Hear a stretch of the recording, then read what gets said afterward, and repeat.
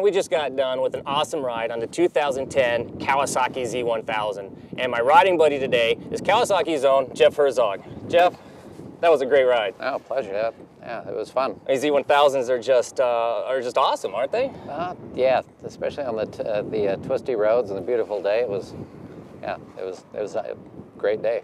So this is a brand new bike for 2010, correct? Correct. I mean, it has nothing to do with the old model. No, completely.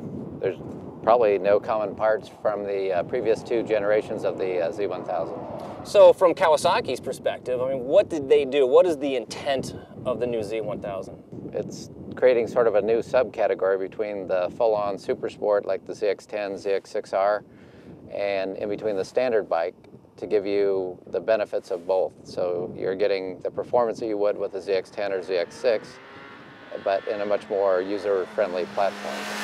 User-friendly in what terms? In terms of comfort, in terms of power? What do you mean? It has a brand new purpose-built motor for it. It's not a borrowed motor from any other model. This was made just for this bike. And the way they went about designing it was they focused on the mid-range usable power as opposed to the peak horsepower that you get out of a typical sport, super sport style machine. So they want to make it as user-friendly as possible, but still have that adrenaline rush that you get from the super sports, but in a much more comfortable, upright, more traditional seating position.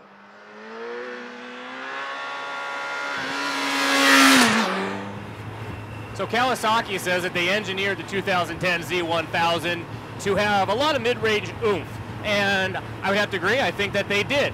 I mean, it's a liter-sized bike, so it has a lot of power and it has a lot of torque, but it isn't like a 10R where it's all up on the upper reaches of the rev range.